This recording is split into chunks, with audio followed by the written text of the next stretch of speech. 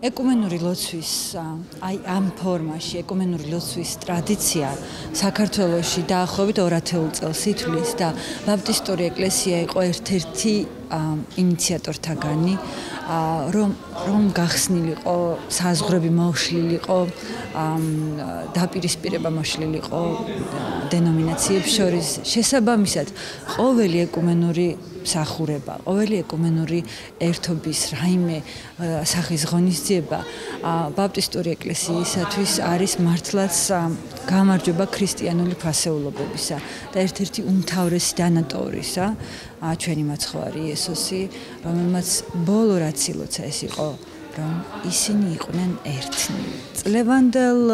სამწუხაროდ არც წლევანდელ ლოცვას არ შემოერთა მართლმადიდებელი ეკლესია, თუმცა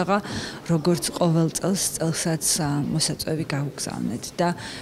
იმედს ვიტოვებთ, რომ ერთმშვენიარ დღეს ჩვენი საზოგადოების უდიდესი ნაწილის წარმომადგენელი ეკლესია იქნება ამ ეკუმენური ერთობის ნაწილი.